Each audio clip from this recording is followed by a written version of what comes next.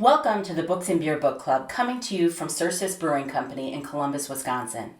We're a different kind of book club, only reading books by authors who can visit us in person or via Zoom for the discussion. We've been going strong since 2015, meeting nearly every month.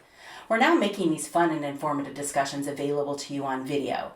I'm your host, Valerie Beal. I'm an author myself, and I enjoy interviewing our guest authors and facilitating the questions from our readers both in person and on Zoom. We hope you enjoy this replay. To join us live, please check out our schedule on our Facebook page at Books and Beer Columbus.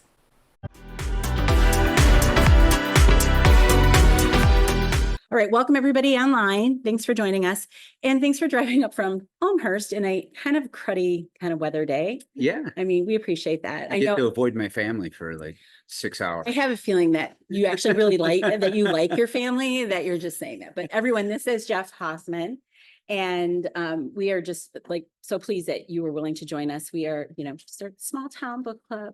Thank you for having me. It's very exciting to be here. It's fun. It's fun. Yeah. We have fun. And you might get some sassy questions, usually from these two right here.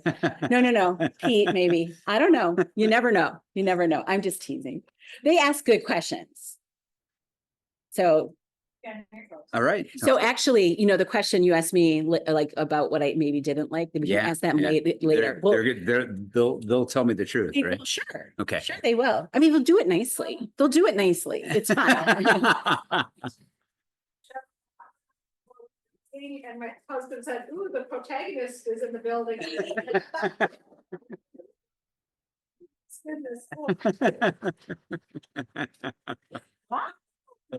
So there. So wait, does your husband, he doesn't join us? Does he read the books too? So he was just guessing that his laugh sounded like the protagonist in the story. Okay. Now I'm catching on a little bit here. Okay.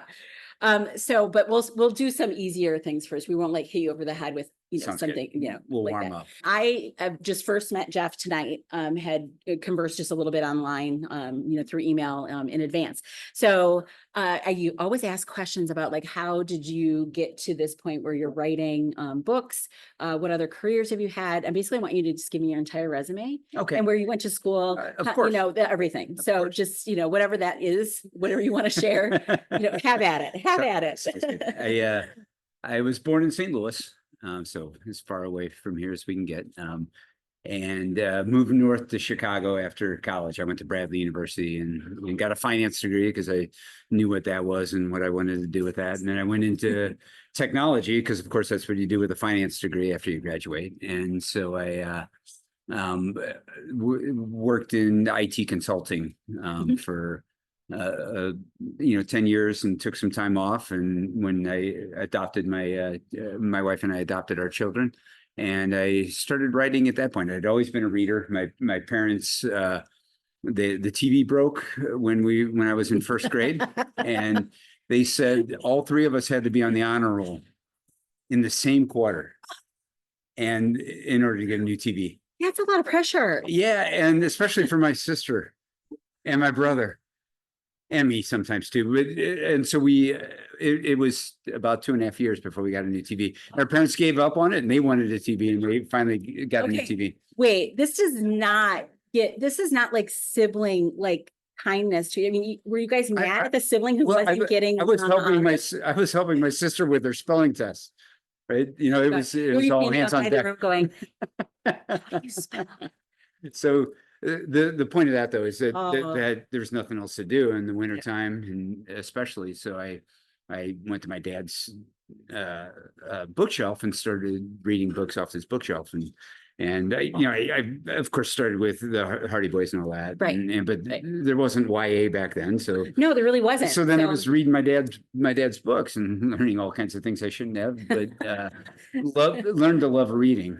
And never really, always had it in the back of my mind that maybe I'll write something someday, but who doesn't think that? And then took some time off when I was around 30 and wrote a couple of really bad books, horrible books, and didn't, I was in a writer's group, but didn't go to school, didn't read enough about writing books. And no, thank goodness, they were bad. Do you And still have the copies? I have electronic copies of them somewhere, I'm pretty Do you sure. think they're that bad? Yeah, they're pretty bad. And so when I got to a point in my career in my mid 40s where I had the opportunity to take some time off. And so I went back to school at Columbia College Chicago. So I quit my job, and my wife said I wasn't allowed to turn lights out during the day or ask her what was in the Amazon box or wake her from a nap. Other than that, I was allowed to quit my job and stay at home, and went back full time to Columbia and got my master's of fine arts in fiction writing. So me at 47, 48 and 49 with a bunch of 23 to 27-year-olds. Fine arts. Yeah. So it was a fiction writing program, and during that I wrote my first novel, and used all the feedback that I got from my fellow students, as well as my professors and my thesis advisor, and the thesis became this novel, Other People's Children, the one you haven't read. And was lucky enough to get that published shortly after I graduated. Or I started the publishing process. I got it purchased by the publishing house shortly after I graduated. Okay, wait. That story's way better than what you just said. Okay. I mean, you don't have to give dollar amounts or anything. Okay, like that. right. I got really lucky. So I started querying agents. This would have been 2019. I was in my last semester in the fall of 2019. And this came out in 2021. 2021 it came out, and I was querying it during my last semester, and I got my agent about 3 weeks after the last semester. Okay, so Lori's a writer, Sylvia's a writer. His agent's Harvey Klinger. Just so you, yeah, okay. So, Harvey Klinger. Yeah. See, Sylvia is like, she knows, Lori knows. So, Okay. by the way, what can we talk about Harvey? I mean, is this going to be on the interweb? yeah, probably. don't. Well, I mean, are you going to talk shit about Harvey, or are you going to be nice about Harvey? Because So, fortunately, I'm going to be nice about Harvey because he got my book published. Hey. He is a great guy. So, And so he's this New York guy, right? Yeah. And he, I sent it out. smoker, because I feel like the voice that you He's like. gotta be, I he's think. got I've like never met him in like- person because of COVID and all that, right? Oh yeah, yeah. And so so he read my manuscript. Yeah. He requested the full manuscript, and then he was pretty excited about that. A few other agents had too, and Yep. and then he said, "I like it, but you have to change a bunch of things." And I said, "Okay." He's the gatekeeper, and I need to get through the gate. So I met with him I talked to him on the phone, and he gave me a bunch of feedback about what to change. And most of the feedback was great, but Harvey loves, if you're listening, Harvey, it's okay. Loves happy endings. And there's only one baby in this book, and there's a birth mother and an adopted mother. And the birth mother reclaims the baby. And so somebody's going to have a bad end or a tough ending, right? Because there's only one baby. And but he made me write a bad ending that was it just didn't fit. But I wrote it. It was the happy ending he wanted was a bad end. Did not fit the story. The happy ending was I was uncomfortable. Yes, and, gotcha. Okay. And I didn't think we would ever sell the book. And he said, "I love it." and he suggested a bunch of wonderful changes that made the book a better book too. And Well, you heard that part, Harvey, right? Yeah. Okay. Well, and he's been in the business a long time, so you want to trust his instincts. Of course. So this was then like the revised resubmit. Yeah. So this was like October. He gave me feedback. December, I gave him a new version. That's at fast. Christmas, he said, "I love it." And I said, "Good." And he said, "I'm going to have 3 people read it." And but at the same time, I had written a third ending. That was a little bit more realistic, and but and Did you give him the third ending? well, his three readers, and he said, I'm going to have three women read it because most of the fiction is bought by women. So we need to know how they'll react. And all three readers hated the ending. And The ending Harvey liked. yes, exactly. So I said, would it be okay if I send you 20 pages? It's everything else is exactly the same. It's a third ending. He's like, I don't know. And I sent him the ending, and he said, I'll send you the contract. And like 2 hours later, he said, I'll send you the contract. And, Nice. and then he booked me he did that on a Friday. Mhm. The following Thursday, I met with, he asked for a couple little tiny edits. And then the following Thursday, I met with an editor at Simon & Schuster. And then actually it was with Gallery, I think it's called. Is that right? Their imprint? Their imprint underneath, yeah. Yep. So an editor at Gallery, but still part of Simon & Schuster. And then she got the book snatched from her she said she needed to get some buy-in from other people. Okay. And she got the book snatched from her by the senior editor at Simon & Schuster. I was just like, I didn't sleep for 4 days. I bet you did. Like, it was just like, and it was 1 week after I got my editor. So it was just like the Cinderella story. And luckily I was old enough that I turned to my wife and said, this is going to be the best part, right? The rest is all going to get complicated and there will be good parts and bad parts too. But that was the most exciting part. That's super exciting. It was. But it was, I mean, just for it to happen that quickly. Yeah. And for it to have been like basically your master's thesis that you had, which is pretty. It's other people's children. Thank you. You're welcome. And I was looking, you've got some really nice advanced blurbs here. Jacqueline Michard. Yes. She's got some Wisconsin. Yes. And none of those people I know or ever met. I'm not sure they read my book. Simon & Schuster just did that thing that they do, Well, right? Where they twist their arms. And she was Simon & Schuster. She probably. yeah. I'm sure. Actually, I think Harvey might have connected that one. But Laura Dave was the big name that they that's got. Right. And she's on the cover. Yeah, and she was publishing a new book with Mary Sue, That's the right. editor, right? That's right. And then it sold way more copies than I thought it would sell, but not enough for Simon & Schuster. So my second book is with Crooked Lane. I'm publishing a smaller indie focus on suspense thrillers. And but also very well respected. Just a smaller publisher. Yeah, it's not one of the biggies. They were fantastic. I'm trying to think who we all know. Tracy Phillips is with them. We've had her in at least once. I'm trying to think who else that we've had in here, but they do a lot, mostly suspense and mystery, right? Do they do anything else? I think it's suspense, mystery, thriller. Yeah, thrillers. Yep. So. And then I got sucked into a job for a couple of years and wrote emails and PowerPoints, but I'm trying to end it right now. And in between emails and PowerPoints, I'm writing my third novel. So you just have to be really bad at that other job, and then they don't want you anymore. I'm teasing. Actually, I'm writing my fourth novel because my third novel, that while we were trying to sell this one, I sent it to Harvey. I sent him the draft, and he called me 2 weeks later. He said, Jeff. And I go, yeah, Harvey, and expecting him to say, I want you to change this, or I really think you should lean into that. And he said, I hate it. I hate the whole thing. And there were lots of reasons he hated it, and some were valid. And I set that aside. And now I'm working on my fourth novel. And you gotta have such a thick skin in this business, right? I mean, it pays to be old, I think, right? Like. We've been around the block a little bit. Yeah, much worse things have happened to me than somebody not liking a book. Right.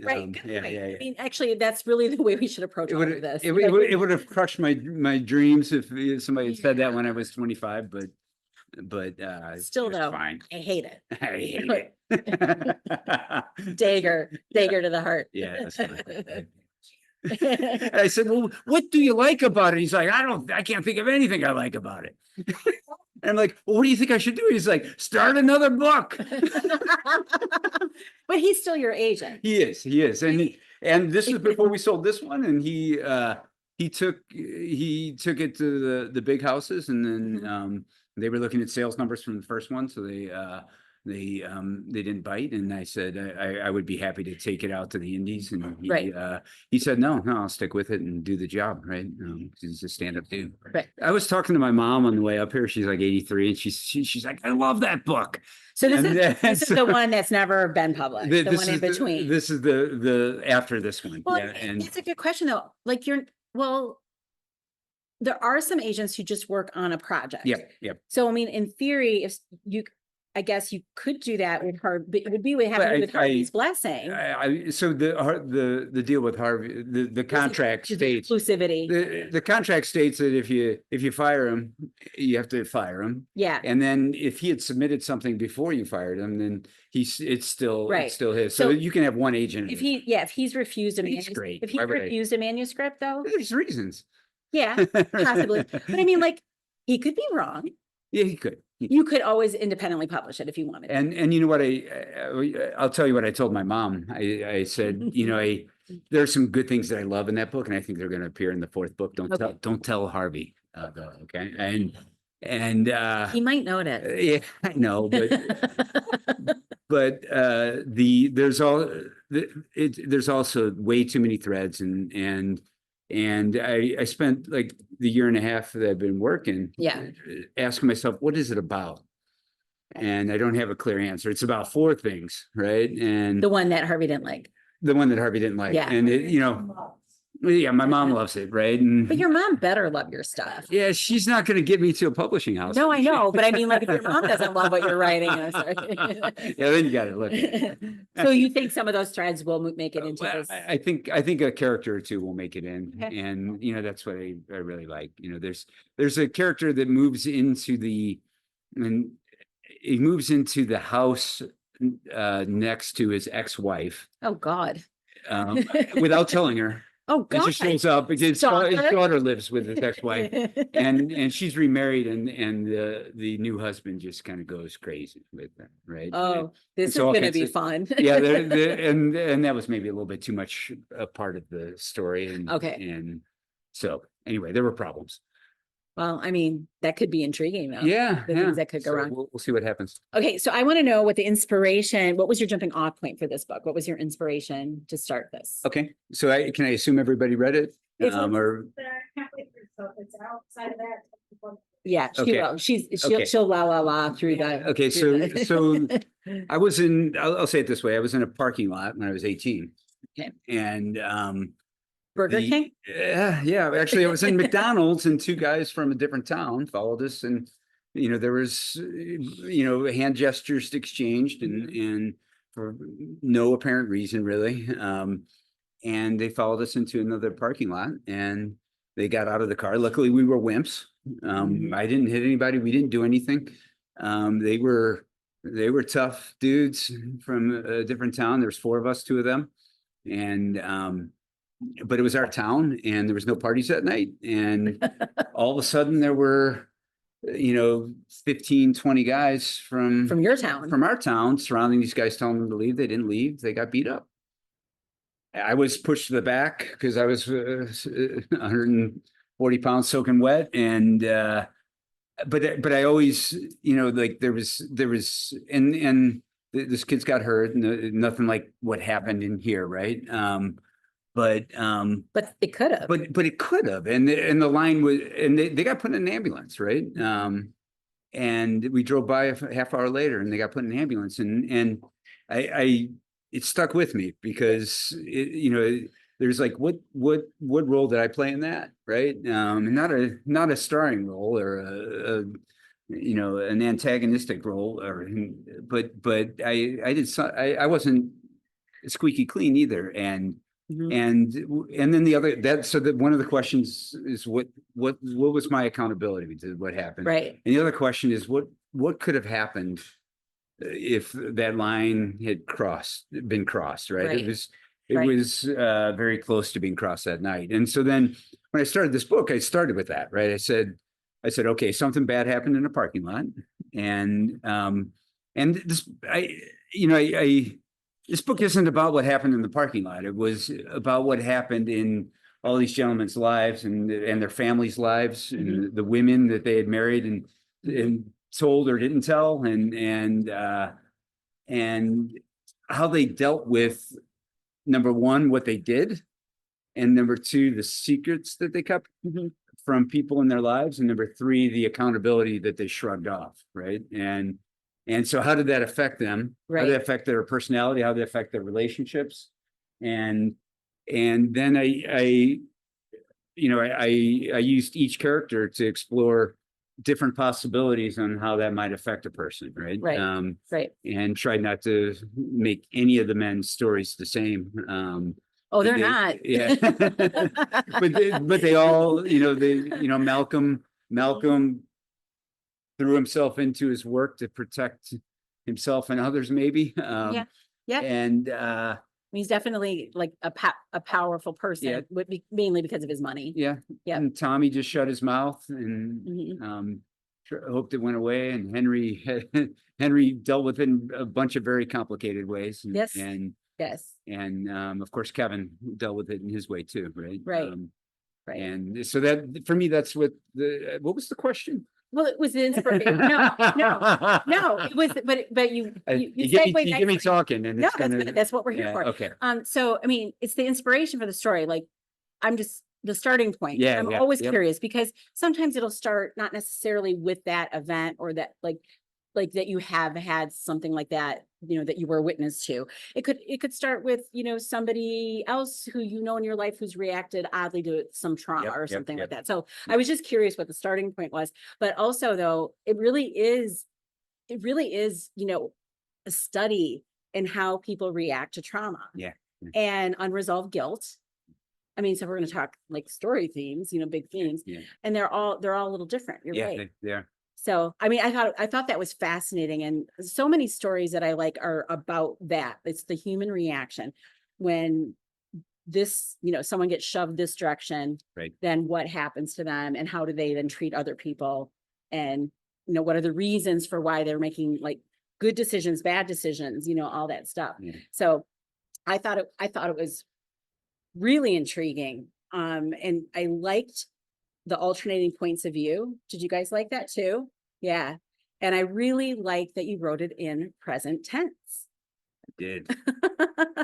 Um, It's happening as we spoke. yeah, I know. Well, and it made it all, we talk about that. Like, what are your decisions as a writer? And that always brings the reader right there because the character is learning whatever they're learning with the reader and reacting in real time. Yep. Yeah. And I actually rewrote a couple chapters in past, like to check it? to see if I Yeah. was making what felt like the right decision, right? And Mhm. and especially, I think it made, because I knew there were going to be flashbacks. It wasn't heavy with flashbacks, but I knew there would be. And one decision I was making was that, I wouldn't have to title things with 1991 on the Yeah. chapter cover, right? Because it's in past tense, so you're in the past. But I also just I became kind of hooked as a writer on the immediacy of it, right? Right. That I felt like it was there more rather than telling a story. I was experiencing the story as I wrote it, right? That's what it felt to me. Even though everybody kind of writes in past mostly, right? I mean, I think it's a mix now with, I'm writing for younger audiences. Yeah, It's okay. definitely a mix. Okay, And there's a lot of present tense stuff. Right. Sometimes the story just comes out the way it comes out. Yeah. And sometimes it's, an active decision. And when I was writing the mystery, like suspense novel, and I had a lot of gaps in my writing, I'd come back to it and I often started it in present tense. Okay. And I had actually written it in the past. And so then I was like, uh-oh. So then I did try a couple chapters all in present tense. And it wasn't bad, but I think I just gravitated toward the past tense. Yeah. So, I mean, it's, that's the fun of being the writer. You get to decide, well, until an editor gets involved, Yep. Maybe like how you're telling the story. But that's a hard rewrite though. Like say someone said, oh, no, we want this all in past tense. And you're going to go, oh, like you're getting hives, It's going to be hard after I poke my eye in the with a pencil. It's like, no, I can't do it. I can't do it. I was looking at some of the blurbs or reviews, thoroughly gripping, deeply disturbing, yet incredibly insightful. And I think that insightful part just like it's like the psychology part of it. You I'm know, so like, happy to hear you say that. Yeah. Or That they said have it. you read? I don't remember. I don't remember who said it. It was online. I'm glad you didn't disagree wholeheartedly with that. So no, I didn't. I didn't disagree at all with that. Ripples from one moment of violence. Like that was like Right. a excerpt from a blurb that somebody wrote. That one event caused all these things, and I'm always fascinated by that. Yeah, decades of hurt and whatever, all the things you wrote about. But I don't know. I think that it's always an intriguing premise as you know, the years pass. And to a certain extent, you know, it's a trope, right? 4 boys do a bad thing, right? But I knew I didn't want to make it about that, right? And so I kind of, the way I kind of thought about it is kind of a maypole, right? Where there's this maypole sitting in the middle, and then there's these four families circling their maypole, with the with their streamers, right? And there's that's the image that I have in my mind. And one of my professors at school was always like, "What's the shape of the novel?" Right? It took me a while to figure that out. That's right? a really good question. Yeah, like what's the geometric shape? How does it fill space, right? And that's the thing that I come up with when I think of this novel. It's like it's getting twisted, and they're not spending a lot of time with each other, right? And but at the center of it, and none of them can disconnect from it, right? And they're all stuck against that moment. I like that visual. In 1991, right? I like that visual a lot, though. Another funny Harvey story, if I can. Oh, please. So we are more than happy to hear agent stories. So I had this meeting with the agent, and I was like, oh shit, right? I'm meeting with who? Simon Schuster. Okay. Yeah. And so I said, okay, great. I hang up with him, and then I've spent all my whole career in business, mainly selling and meetings and meetings and meetings. And I'm like, if you don't know what the meeting's about, you better find out. Right? So I call Harvey back, and I'm like, perhaps before the meeting. Right. Well, it was tomorrow, right? It was like, she wants to talk to you tomorrow. And it's like 5 o'clock. And I'm like, holy cow. And so I'm like, I call Harvey back, and I'm like, what do they want to talk about? You know, and I could assume but never assume, right? That's another thing I learned. That doesn't hurt. Yeah. And he said a few things, but the most important thing he said is, what's your next book about? They're going to want to know what your next book is about. Man. And I had some general inklings to this. And I said, give me 4 hours. I'll send you a synopsis of it. And I just wanted to write down 4 paragraphs, not try to do it. And and so I sent him the 4 paragraphs, and you know, he called me back, actually. He said, Jeff, where are the ladies? Because this one's women. It was just it. I was like, got it, Harvey. Where are the women? And I think so what he was doing in his agent way was saying that women read fiction, and you're suggesting a book about families, and where are the women, right? And I'm pretty confident even without that they would have come, right? But that's good from being able to sell a book and, you know, all that stuff, right? But more importantly, I think that caused me to, you know, there's a lot of points of view in this book, probably too many for some people. Anybody in the room? Be honest, you can say it. Yeah.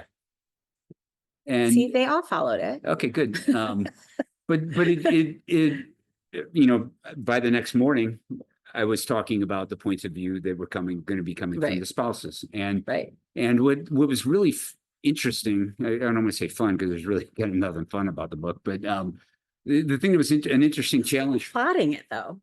I mean, yeah. I mean, it's okay to say that. I mean, it can be about it like bad thing and still be fun to write. But I'm going to say fun. The thing that was fun was you know, writing from the point of view of people who didn't know about the bad thing that happened. Yes, they're in the dark. They're in the dark. You know, we've got Elena, and holy cow, I forgot her name. Wait, Maggie. I have their names. I had their names all written down. You know, well, part of the problem is I changed some of their names Ah. in it, and So that- you remember yeah, their, so their I previous remember their names. old names. Yeah. So Elaine and Maggie didn't know, and that was really fun. That was interesting to see how they felt the ripples, to your point earlier, Yes. of that thing that happened so long ago, just in the dysfunctional behavior of either their family or Right. their spouse. And right? they would, but they wouldn't be able to pinpoint what it. Yeah, they was, never you would know. have said it was probably because he beat the hell out of somebody in a parking lot, but or he lied to me, or he kept a secret. Right. But they, certainly Elena knew that there was, something significantly wrong with their marriage, and that was a nice gift from Harvey to kind of shove me in that direction, because I think the book became more interesting when you saw it from the non-participants' point of view that were participating in the lives, right? Well, it's more impactful because you're seeing that other side of it. Right. Yep. What I found intriguing was Naomi really wanted to hurt the wife. She intentionally was making those phone calls, knowing she was gonna hurt them. Yep. And their family. Yep. I mean, and their kids. She Yep. did it intentionally. Yep. Naomi, yeah, Naomi did get softened a little bit. Yeah, yeah. But So- she was kind of the evil.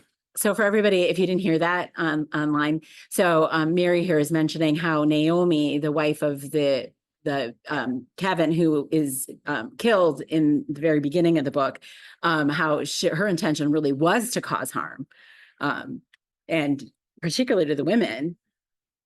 And really, let's think about that for a minute. So you've got this. So one thing, Naomi, well, maybe she kind of figures it out or realizes it or accepts it at the end, sort of, that there was a lot of hurt to go around in this story. So even though she feels that perhaps her life bore the brunt of it in some way, and that these maybe men and their families are getting off scot-free, and she wants them to have their comeuppance.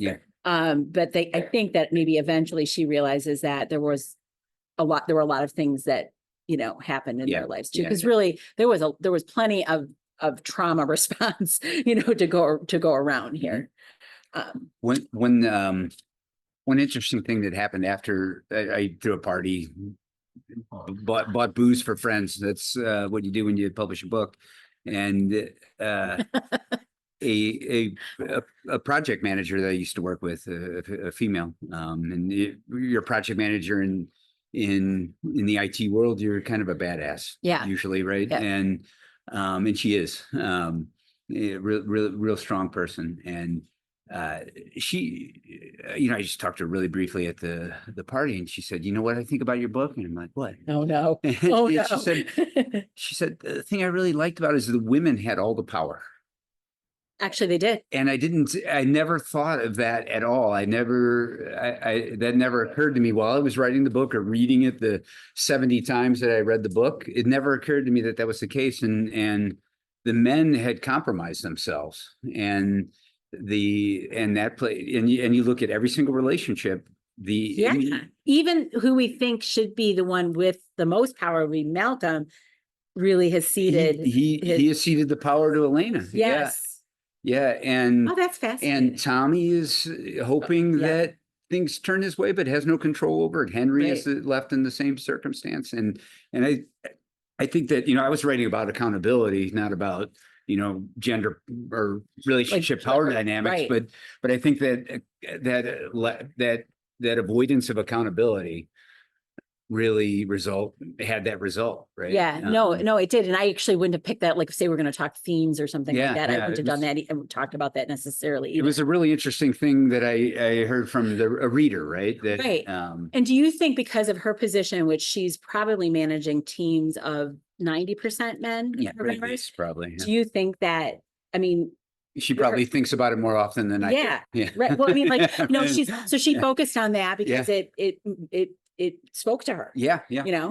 So isn't it kind of fun though, how books can mean different things for different people? That's, I think, the magic of. Do you read reviews?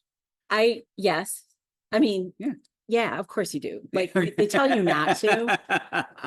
They tell you not to. My favorite thing to do. do. But of course I do.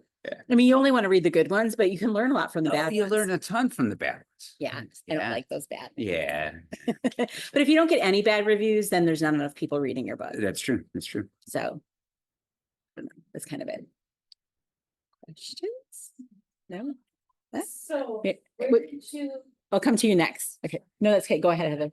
where did you up with the cadaver broker? Oh, that was going to be a question too. So you've got this guy. I have never heard of this job. Tissue It's broker. tissue broker. Ew. So I'm at, I, my. What does I'm your at a- search history look well, like? right, like, I'm at a party and one of my, one of my sons, and this is as an adult, one of my son's friends' dad. What do you do for a living? Okay, I'm in IT. And what do you do for a living? Oh, I'm a tissue broker. I'm like, oh, tell me about, and this was long before I was writing seriously. And then I'm like, oh, like for like like an organ bank? Yeah, like And- organ donation. Right. And he's like, well, not really. And, you know, but I kept digging See, and digging. he's like It was the predecessor of this job was grave robber. exactly. And that's exactly true. And so he told me enough things, For medical and training. it got to it just went like 2 or 3 layers deep, where he said, well, no, it's for profit, and we sell, tissue to people that need it. And I said, I don't think I really want to Okay, answer. So, but any the more answer, questions. the longer answer though, is that this is for medical schools? Well, or so for then I read a book. work? I don't usually do research, but I'm like Henry. I'm like, Henry's going to be. I'm like, what is Henry going to do? I'm like, he's going to be a tissue broker, isn't he? And so I read a book about this, and the medical device. It's really about medical device companies, Oh, right? okay. And so you create a new scope. You got to train the surgeons, and so you bring them to Myrtle Beach, and you Bring cadavers. and you in? bring cadavers and put them in seriously a ballroom and it's often cadavers from like we'll cremate your mother for free, Yeah, and don't read the fine print, yeah. because before we cremate her, She's gonna be. she's going to be in the ballroom. Yeah, like it's a real thing. And so I don't want them learning on me. I mean, in the sense that like I need a procedure, I'm still alive. Like I'd rather that the surgeon knows what they're doing. as Henry told Tommy, sometimes the good comes with the bad, right? I was curious where that came from because It's really a thing, and there's different versions of it. Some people just sell skin.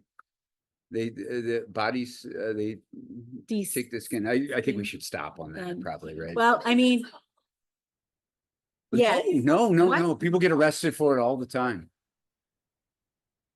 This isn't really your family's remains and somebody else. It's in this book I read, it was about, she kind of followed, she did the industry-wide thing, but then she also followed these particular funeral homes that were just, And they're making crooks. money off of it. And they're money. Send me a torso. Wow.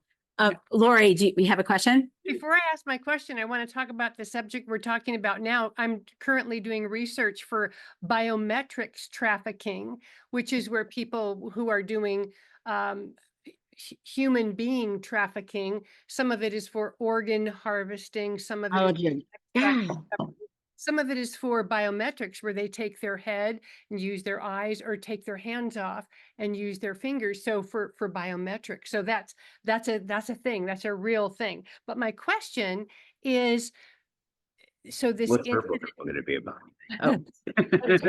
this incident that happened however many decades ago in the parking lot with 3 other young men, have they read it and given you feedback? Oh, So one, you've asked a good question when the entire room goes, so they one has one I'm still best friends with, right? And I didn't tell him what I was doing. I didn't share it with him until it was a book, right? And I said, you're probably going to want to read this one. I think he's a thoughtful guy, and it affected him in a similar way that it affected me, right? It stuck with him, and it was there was a lot of what ifs in his mind, and I think seeing this played out, he saw he saw what I was trying to explore, I guess is a good way of saying it.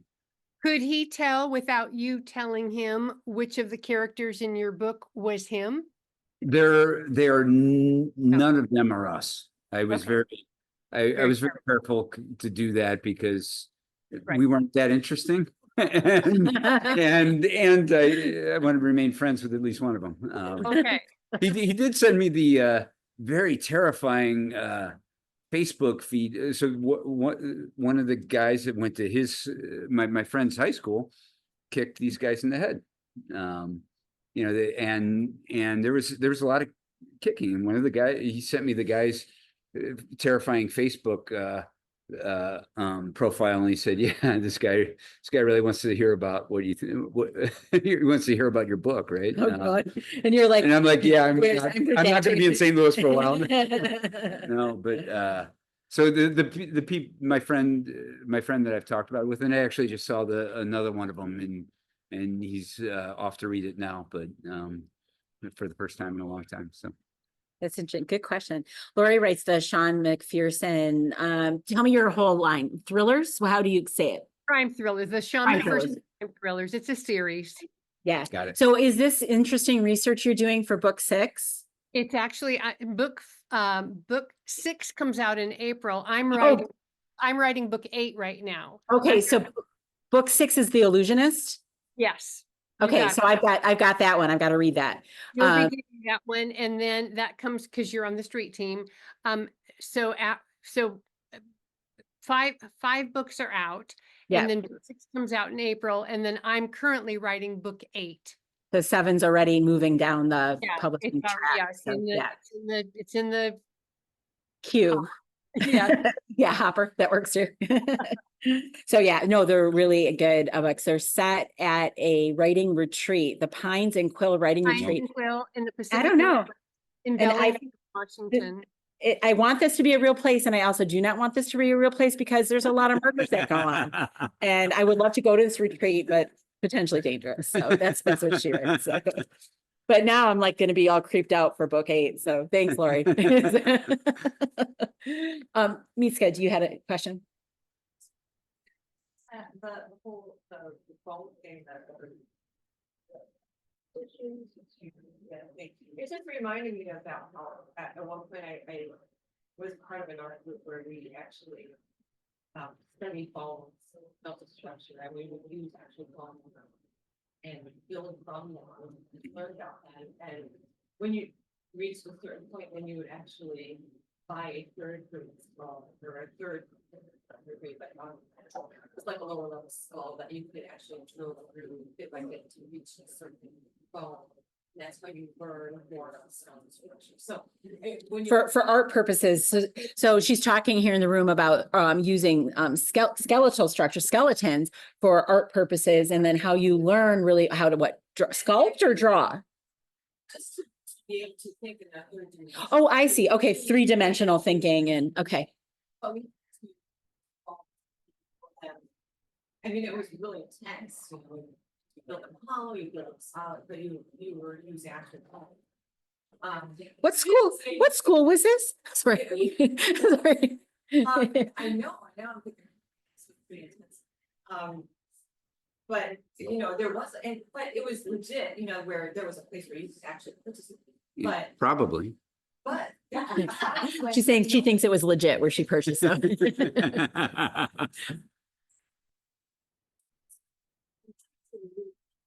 Like if he got wind of like somebody found a bone somewhere, like Michigan or something, he would send one of his people out to find it and dig them up, or you know, Also non-human. Were they all human bones, or was there like? No, it's all human bones, not animals. Although some of the students would like pick up like roadkill just to study them.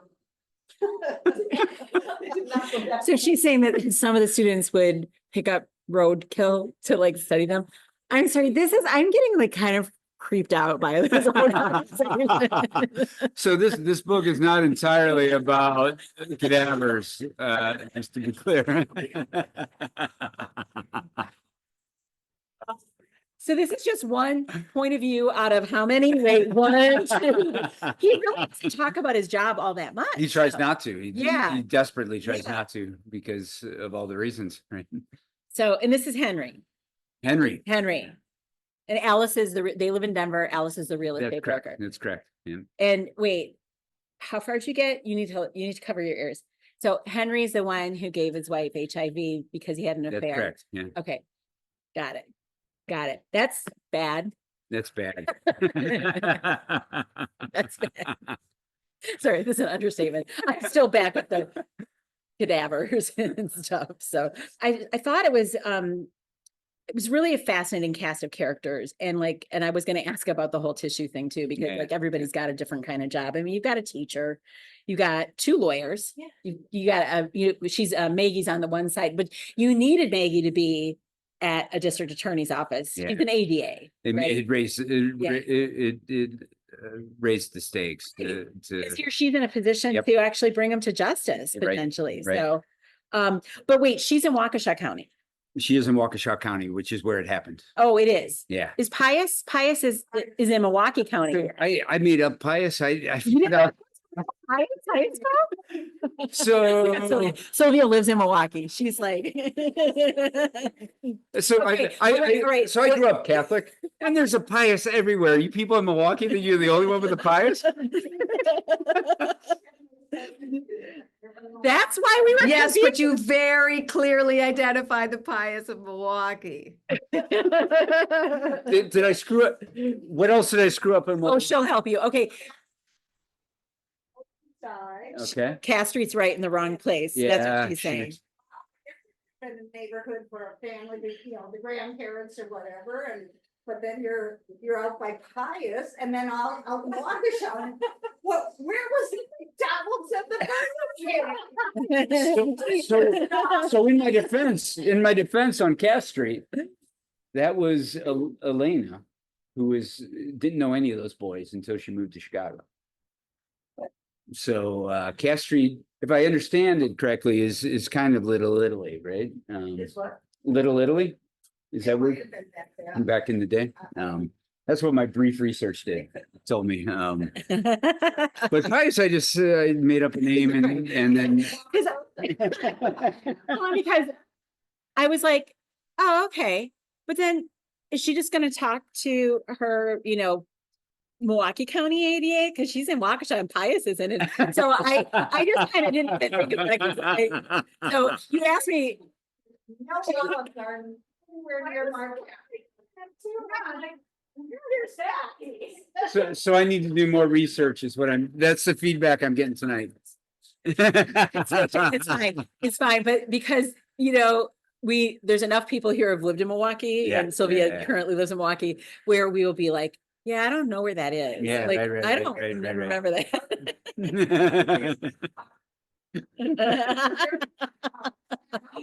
So, okay, this may be the only constructive criticism you're getting today.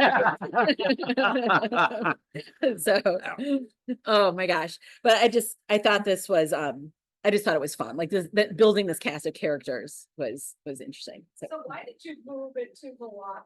Yeah. Like as this original setting of the original crime, why Milwaukee? you mean like, why not Chicago? Why not say? Why not St. Louis? Why Milwaukee? So Milwaukee is convenient for us people in Chicago. It is convenient. Eh, This is true. I know that. I did that on purpose, by the way. I mean, I appreciated the Mars Cheese Castle well, reference. I wanted it to be a small town or not a small city. I Okay. apologize. I didn't want it to be a major metropolis because like a thing happening like that, is ripples in different Mhm. ways in a big place and a smaller place. And I also I wanted it to be geographically diverse, but it was important for Malcolm to be able to get back and forth easily. Right. There Right. was some logistics there that that allowed for the story to happen in different ways than if people had to hop on planes all the time. Right. And obviously Henry had to, but It's just, wait, everybody else was more or less in the greater Milwaukee metropolitan area, which of course includes Chicago. except for, so Milwaukee will appreciate that. So, you know, you're running back with I'm getting, Wisconsin points. I might get So- some cheese at the end. Tommy and Maggie live in Waukesha. Yeah. Yeah. Yeah. Okay. So wait, he works for a university. He works. He works for Marquette. Marquette. Yeah. Okay, right. Right, of course, or he wouldn't be a, The university. yeah, right, because we're talking about the building all the Yeah. time. And Miss Katie's Diner, of course, which is there. People know that. I did okay on that one. You did, bravo. Okay. Miss Katie's. Did you ever go to Miss Katie's? No. Oh my I God. looked at pictures on the internet. Yep. Yeah. No, well, they It's more, they it's don't more, insult you as much as they do at Ed DeBevick. it's at the Bevics, but authentic is what I picked up from it, right? You know, I'm not, I kind of purposely avoid research. Is that an okay thing to say? You can say whatever you want. So I find when I do too much research, especially at the beginning, I do research at the end. It bogs you down, It right? bogs you down. Yeah. It keeps you from writing a story, Yeah. right? And I've Yeah. seen, I saw so many of my cohort at Columbia Mm. that never wrote a story because they were doing research. Yeah, no, And- that's, I mean, that can happen. and That can happen. and so I tried to do the research at the end on the things that I felt were important, Yep. and I'm sorry, there were a couple of geographic misses. You needed your Milwaukee beta reader. I did. I did. Right. It's fine. But no, there is something about that though. So what I do when I am writing and I'm in a, you know, good groove on writing and I come to something that I know I'm going to need to fix, I just put in brackets, Yeah, like figure this research. out. Yeah. Yeah. And then, you know, like try to keep something that's easy to search Yeah. so that you can do those, like on a bad writing day where you're not making progress. Yeah. Yep. Could go back and Exactly. fill that stuff in, you know, Exactly. it works. Keeps the pen moving. So I want to talk about Naomi more. Okay. I love this like whole big revelation. Like, I mean, they know she knows before, like they kind of are talking about it at the funeral home Yep, already. yep. And then, oh man, well, I'll come to the will reading tomorrow. I've got something for you. I mean, so she's like the chess master, right? You know, she's going to move these guys around the board to which end we're not sure, which Right. is the whole fun point of the plot. Yep. But I mean, she's holding over their head like she's going to either write the story or not write the story. And so, right, release the story. So she's thinking, oh, sorry, Heather's not finished. So she's covering up her ears. And so she's, you know, she's making them do things and they think maybe this thing is the thing that's going to absolve them in her eyes. But yeah, it's not really working. There's a long list. There's a long You list. get the sense But it's so, a really but I long mean, list so, of things. but it's interesting though, because we do not know that, you know, we don't know, we know something happened. We know there was blood in the parking lot. Like, you know, you're really good at dripping out like these factoids, right? So Yeah. we get this, we get that, but we don't know that someone survived Mhm. until we learn someone survived. Yeah. Right. And here this guy clearly like knows who he's looking at. Yeah. Yeah, which isn't a great thing for someone who's, you know, pretty much like an invalid, right? And Right. you know, and then she's like sending them to visit the parents Mhm. of the other kid. I mean, that was a crazy scene. Mhm. So what made you have the mom recreate the bedroom?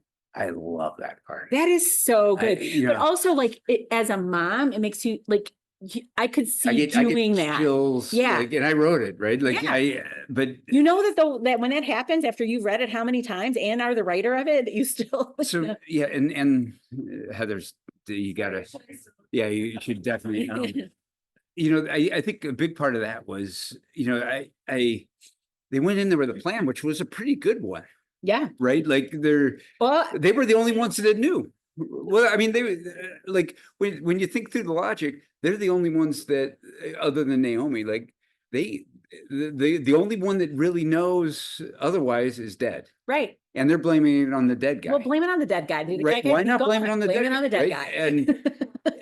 and but He's not here to defend he's himself. not here to defend himself, and you know, we have to be here and do this thing. And Yeah. so Malcolm puts us together. And so I knew that one of them had to crack, right? Of course. And so what's Who's the weak link? well, and you think Tommy's going to be the weak link, Yeah. but then I decided to make it Henry instead because I felt that was more interesting, right? I but- think it was. I like that decision. Yeah, like think Tommy's it's too obvious. I think it's more satisfying. Of course, Tommy's going to be the weak link. Henry's so compromised in so many ways that Yes. him doing the right thing is We're just not ready for jolt that. job. Yeah. What's the thing that, you know, Henry and Tommy, they're conflicted, but they're also getting away with it, and they really aren't at the point yet where they're ready to take accountability. What's the thing that the visceral experience that's going to, you know, make them, you know, in essence, admit to what they did, right? Right. And not in essence exactly. And so I sent him to that room, and then I had some fun, right? I mean, And it's like the frozen in time room. And it's not even where they lived. not like they right. just left That's it. what made it creepier. Like It's she even packed creepier. it up and moved it to Florida. And then recreated it. It was just my way. It was just my way of like, you know, just putting the pain on the outside of her skin so that Mhm. it couldn't be ignored, right? Yeah. And so that any reasonable, you know, empathetic person has to do something with this, right? Yes. Yes. And Malcolm isn't a reasonable, empathetic person at that point, but Henry and Tommy were, and So that's my favorite scene in the whole book. yeah. Every time I read that, I'm like, oh, I can't wait till I get to that. Well, and I was just like, well, they're gonna call the cops. Like And Madison too. I like Madison's. Yeah, that's my second favorite scene. yes. Yes. With the druggy Yeah. boyfriend. Yeah. Yeah. So I am curious if you had alternate endings to this book I did. where what happened, like, so maybe nobody took accountability. Maybe. So considering that you had an not happily ever after, like you're not scared of writing a not happily ever after ending. Yeah, I mean, this isn't really a happily ever after ending. No, it's a satisfying. It's ending. satisfying. It's a relatively Satisfying. close. Yeah. Yeah. Yeah. So, but I'm just curious. But I had to rewrite it. Did you? I knew I had to rewrite it, and I sent it in anyway, and then and it came to me that it really was about accountability, and we weren't getting there, right? Right. And then so who takes accountability? It's the least likely, right? And Yeah. and there's other reasons that he does it that are Yeah. not just the least likely. He Okay. has the least to lose, right? So Yeah. there's a little Heather's bit not of, having fun tonight. I know. I'm sorry, Heather. Do the reading, Heather. Heather's sitting here like this because we're giving away too much. But I mean, I think that there can be redemption for bad characters who do bad things. And I think that there's always a nuance Yeah. to things. Yeah. And we don't really understand a lot of it, but there's some steps toward redemption for taking ownership Yeah. over one's actions. Yeah. And so that's satisfying. My favorite endings are not clean, right? I think that I think that's life. I think yeah, that's humanity. Right. I mean, it's not a romance novel. Yeah. Where you have to yeah. I mean, where there's certain tropes where you do that. Yeah. And I think that's okay. You don't want to leave your reader with like the sense of unease where nothing's settled, because then there's still more chapters to write. Right. Maybe then there's a sequel. But I feel like, and this one leaves a lot Mhm. more, Does it need open a ends. sequel? No, Okay. I don't, Sequel? not as far as I'm concerned. There are people, some of the Goodreads reviews suggest that they would like to know what What? happens 2 years later, but then I'm not interested. I'm interested in readers imagining the sequel, or imagining, not Yeah. the sequel, but the Aftermath. well, the aftermath, right? Yeah, Yeah. I want the readers to make their own decision about what they think will happen or should happen Yeah. with Maggie and Tommy. Yeah.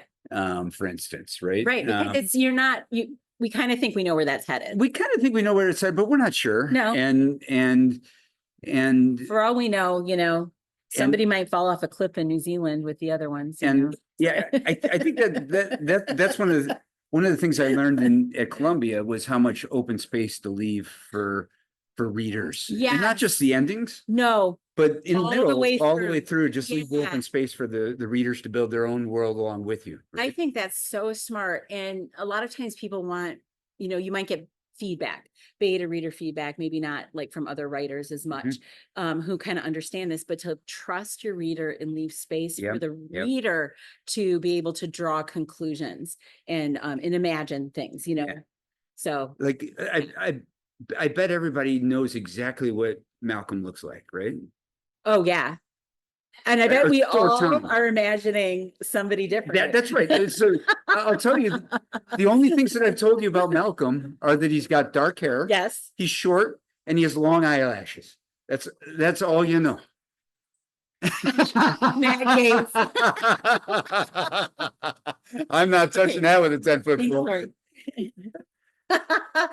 That's so funny though. But so on purpose, I often do not describe my characters a lot. Now, my middle grade's got some illustrations, so you Yeah, start to yeah, think what yeah. people Yep, look like. yep. So, but I like that. I like letting readers see themselves in that space. And So, I think the interesting thing the interesting thing for me, I should say, is to figure out what to leave out. yeah, Right. And whether I'm describing a room and what 3 details about a room are should I important. share Yeah, that like we don't need to know. that anchor you. Yep. And then, all you need to know about this room is that there is bricks on the back wall and a corrugated aluminum Yeah. wall on the right-hand side, right? That's now everybody knows where they are in the Sure. back of a bar, right? Sure. And Sure. and you don't need to know how tall the tables are, or that Well, there's unless the table's important, because warming somebody table over trips there. and falls Yeah, and right. hits their head. And then as soon as, but you know what I mean? Like right. the- You just need to anchor them the- and let them object imagine. has to have importance. Is there a cookie jar in the kitchen? Only because the gun's in it later. I mean, like, right? So like you need, like, it has to have a reason, other than just like, okay, now you set the scene, Yeah. you set the Yeah. space.